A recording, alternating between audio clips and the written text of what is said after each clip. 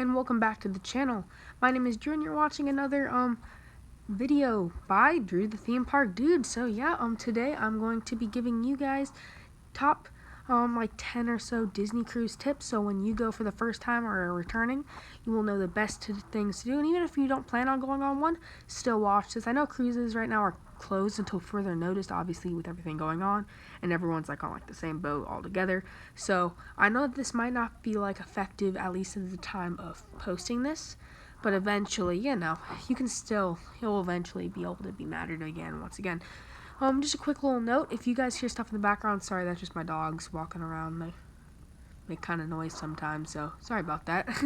But, yeah, maybe I'll do a dog reveal, maybe before a face reveal. Don't know, if I get, let's say 20 likes, I'll do it. I don't really, because that's not a lot for, at least, it's a decent amount, though, for what I post, so yeah, maybe. But, yeah, so Disney cruise tips. Real quick, a little bit about me with Disney Cruise. I've been on all 4 ships, the Dream, Fantasy, Wonder, and Magic. I've done the Marvel Day at Sea on the Fantasy, on the Magic, and the Star Wars Day at Sea on the Fantasy. I've also been on over 50 Disney cruises, so yeah, it's kind of crazy, I've done a lot. I get to know the workers in some of the areas, which is really cool, especially like the hangout like areas, like you get to actually like, know the workers, so the next time you come on, like your waiters. It's pretty cool. So, yeah, the first pro tip is arriving early when you get onto the boat. So, on your day of on embarkation, sorry, I don't know the exact way to pronounce that word. Embarkation, okay, this is kind of scuffed, but okay. When you get on the boat, we're just going to say that. When you get on the boat from whatever port, if it's Port Canaveral, which is the port that I use, which is right near NASA and is like about 45 minutes from downtown Orlando, or you can use the Miami port, which I've used before, which is around 5 hours from Orlando. Or you can use, I believe there's a lot. There's one in Tampa that Disney only does a couple cruises out of, and there's some in California. I know there's some in North Carolina. All up the coast, there's many different ports and all around the world. So yeah, first thing you want to do is arrive at your port right when you're able to go on. Because, like, let's say this is your first Disney cruise. You've never been on one and you really want to do one bad. You would get there right as they let you on, because the thing is, they don't just let you right on. Like, they're going to say gangways open, but if you've been on under 15 cruises, I believe is the amount, it might be 20, you would be considered not platinum, which I'm platinum, so that's about enough. So you do not get to go on whenever you want. You need to get a number. So when you get your number, I think they send it to you, but I believe I think it's a first come, first serve type thing. So there's like this thing, normally like there's like this hub type thing. It looks kind of like a train station, but obviously it's really Disney themed. So like you're waiting in this huge building. It has all this stuff to do. It has like movies, like playing Disney movies. Sometimes you can meet the characters in there before you get on the ship. A lot of stuff to look out, a lot of stuff to do. So don't get bored by sitting there. You can definitely make up a couple hours if you have to wait. But this is why you want to be on the ship early. So you go through. This is before you get on the ship, by the way. You get in, you go on. There's gonna be this area where you can sign, where you like book, you check in, and you basically get all your stuff. You get your room keys, your navigators, which are basically like your map of telling you where everything is and what is everything. You get your room number, you get your dining schedule, which will be very important. You get your emergency evacuation group, which is also very important. And you also will have to give them your photo ID to, confirm everything. And they will take a photo of you in case anything happens. They know everybody's who was off the ship, who was on the ship, what happened, and then that's why. So yeah, basically after that, you get all your stuff. And now this is the next part. If you have kids under the age of, I believe, if there's kids, or like let's say you're a kid, because I know a lot of my audience is probably like a teenager, so let's just say you're under 12, which I cannot go in there anymore because I am above the age of 12. But if you are 12 and under, you can go to this little registration booth and you can sign up for the youth activities clubs. Okay, it's not like the IKEA play areas that are very creepy and very scary with just like one worker and there's like blocks to play with. It is nothing like that. I believe there are photos from the kids area that you guys will be seeing throughout this entire loop here, like in this entire video. Like, you can just see how crazy these kids areas are. When I was a kid, I was in those kids areas like 60% of, like 70% of my cruise. They're like really like, they're like, you don't want to be in there the whole time. You want to explore the ship, but if you want to go in the kids areas, like if you're like a kid, I recommend, if you're under 12 watching this video, like, I would go. It's like, it might look kind of babyish with like the Andy's room and Tinkerbell stuff, but that's just the little area in the area. There's this huge area. The workers in there are nice. There's this whole video game area where you can play like Madden with other kids on the ship. You can play NBA 2K with all these kids on the ship. You can play Mario Kart with everybody.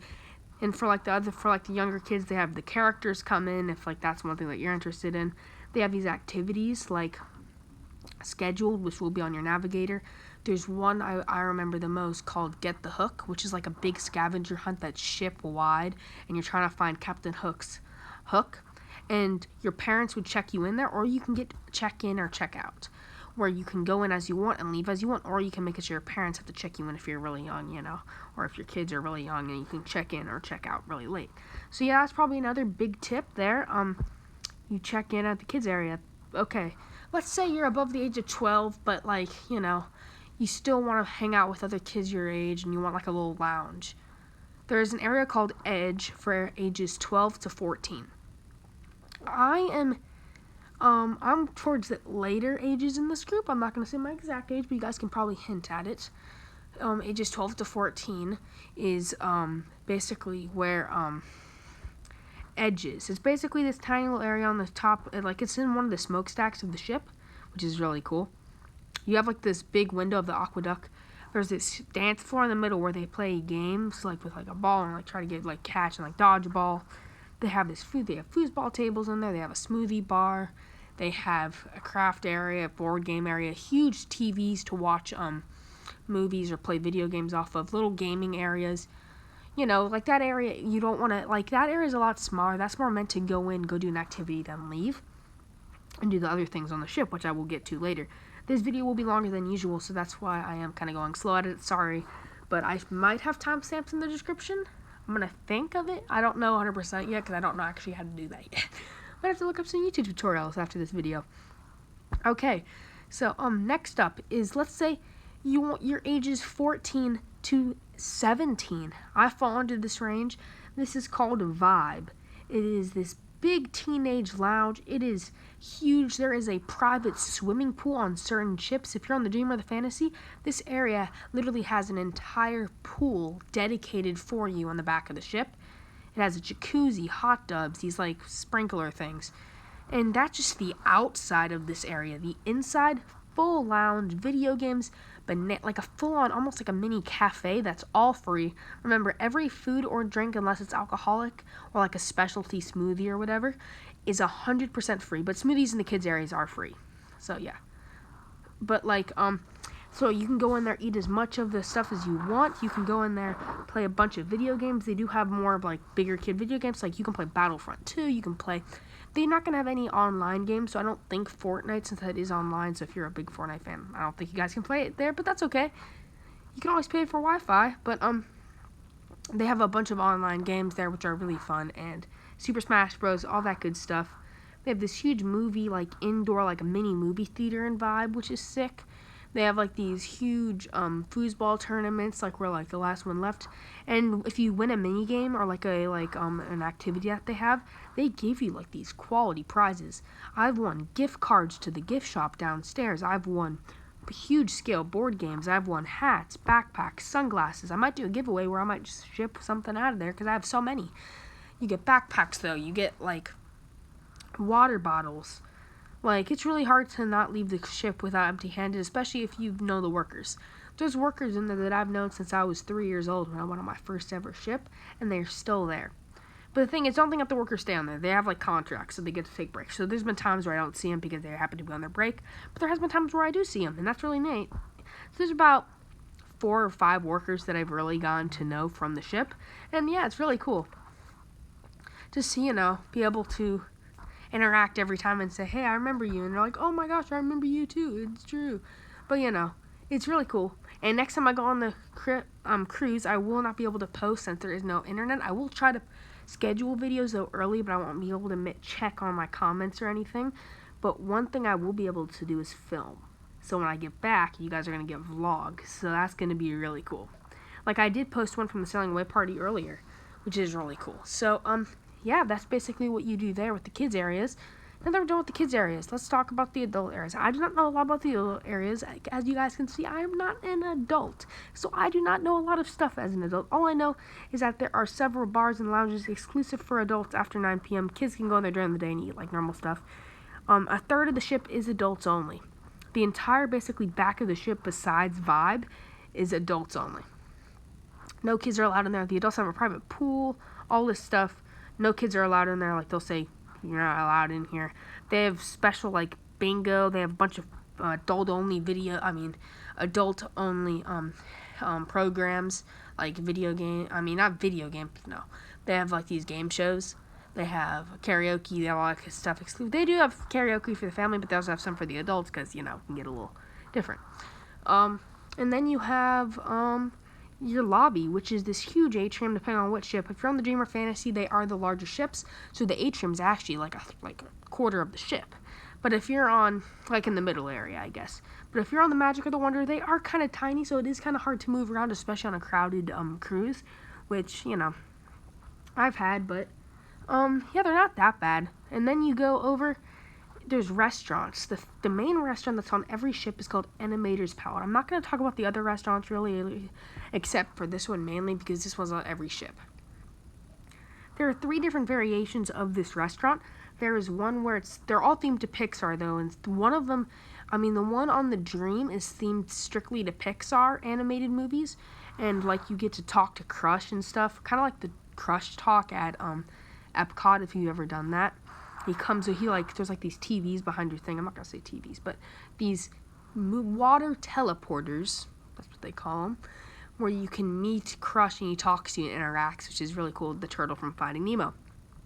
Then there's one on the Fantasy, which is themed to Walt Disney Studios' classic animated films, where you get to draw like a little character, and it comes to life at the end, and they have like this huge musical routine where they have all like the drawing characters come to life, because like you give it to your waiter, like a drawing of something, and they put it on like this huge thing. Next up you have the final variation, which is on the Magic and the Wonder, which is the come to life drawings, which are not the same as that one. Basically, these drawings slowly gain color throughout your restaurant. At the very end, when they all get to color, all your waiters come out, and then they all have like their vest turned from black and white to color, and then they have Mickey pop out like in a sorcerer outfit, and he walks around and says hi to everybody and then goes away. So yeah, that's a really cool one because that's really like the only character one. And then you have the other restaurants. So I'm just going to name them. I'm not really going to take time to explain them. I might do it in its own video. You have Tiana's Palace. You have Royal Palace, Royal Court. You have Enchanted Garden. Excuse me. You have Enchanted Garden. You have Rapunzel's Royal Table. And I'm trying to remember. You have Lumiere. Those are the 5 big 6 or 7 restaurants. Some are at multiple ships. Some are at the other ones. And yeah. But yeah, it's really cool. That's what you gotta do. And those are the restaurants. Next up, let's talk about the safety drill. It's like a little section. Sorry, excuse me there for a second. So, the safety drill is mandatory. It's on the first day. It's about an hour long. You saw it there. They say stuff. It's the worst part of the entire cruise. But, it's safe. They tell you how to use everything. And, yeah, that's that. Next up is the buffet called Cabanas. This is open 24/7, but they only serve food in the morning, lunch, and at dinner as well. So, if you come from around, you can't expect food in there at like 4 o'clock. But if you want food at 4 o'clock, you can go upstairs, which is on the pool deck, which you guys will probably be able to see. It's on the cover thumbnail if you guys want to back out real quick. It's the very top. They have this pizza area called Luigi's Pizza, Pinocchio's Pizza, or Pluto's Pizza, depending on which ship you're at. Then they have this fruit area, and they also have a barbecue area. So yeah, that's your food if you want 24/7. Then you have the Aqueduct, which is this huge aqua coaster on the Dream and Fantasy, and then you have this smaller but still really fun yellow slide as well on all the ships. But then on the Magic and the Wonder, you have a drop slide, called Aqua Dunk, and like the floor drops under you. I've done it once, and I do not like. I'm not a fan of drop slides, so I've only done it once. I do the Aqua Dunk though every time I go, basically, and that's why I have a POV up there. Okay, next is ports of call. Ports of call are not a major thing, apparently. Like, I stay on the ship mainly, except for one port. And that port is Castaway Cay, Disney's own private island. I'm going to make it my own video where I talk all about Castaway Cay in a future video, so I'm not going to say more than that. Just it's a Disney's private island, and you want to get out there early. So, yeah. So, we're getting down to the final little stuff on the ship. Something called the D Lounge, which is basically a game show family area, which throughout the day they have like activities in there for the entire family. Crafts, they have characters come in and out of there, they have game shows for the entire family, karaoke and more. Then they have Pirate Night, which is this one night dedicated all to pirates. This is on every Disney cruise. Some have fireworks, some don't, depending on what countries you are passing. I know the Cape Canaveral Dream cruises, as well as fantasy cruises, do allow fireworks, and they are fireworks at sea. So it's basically the entire night themed to pirates. You can dress up if you want. I've done it a decent amount of times, so I don't dress up more than like a t-shirt, but you know. My first few times I dressed up. They have all like Captain Hook, Mr. Smee, Captain Jack Sparrow, all of them are walking around the ship. And then at night they have like this huge show where they have like Captain Jack Sparrow fight a bunch of like Davy Jones people, and then he like fires the cannon, which sets off all the fireworks. So yeah, that's really cool. The Marvel Day at Sea, I made a video off of before. It's only on the Magic 5-day cruises in Orlando, only for about a couple months. From Miami, I mean, not Orlando. I'll talk about more of that, which in my last video, I mean, not last video, but in a past video. I'll be talking about the Star Wars Day at Sea in a future video as well. So, that's only on the Fantasy those week cruises. So, yeah. Now we got those important, very big stuff out of the way, really. The only main thing left to really talk about is one of the best things of the entire ship, the Walt Disney Theater. The Walt Disney Theater will be having shows every night of your cruise. So basically, there are 3 shows, normally like stage shows. Then if you're on a longer than a 3-night cruise, they might repeat the same show for 2 nights in a row in case you missed it, or they're gonna have like a ventriloquist or comedian play a night. But if you're on like the Dream standard 3-day cruise, which is the one that I do the most, every night you have a different show, which is Golden Mickey's and more. So yeah, this video is roughly around 25 minutes. I might make a part 2. You know what? This is gonna be part 1 Disney cruise tips. I'll be making a part 2 next time. So if you guys want part 2, make sure to smash that like button, comment down below.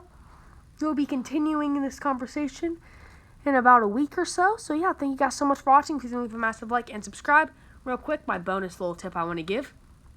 You can order Mickey bars off room service for free 24/7. So yeah, little tip. Thank you guys so much for watching. Have a great day, everyone.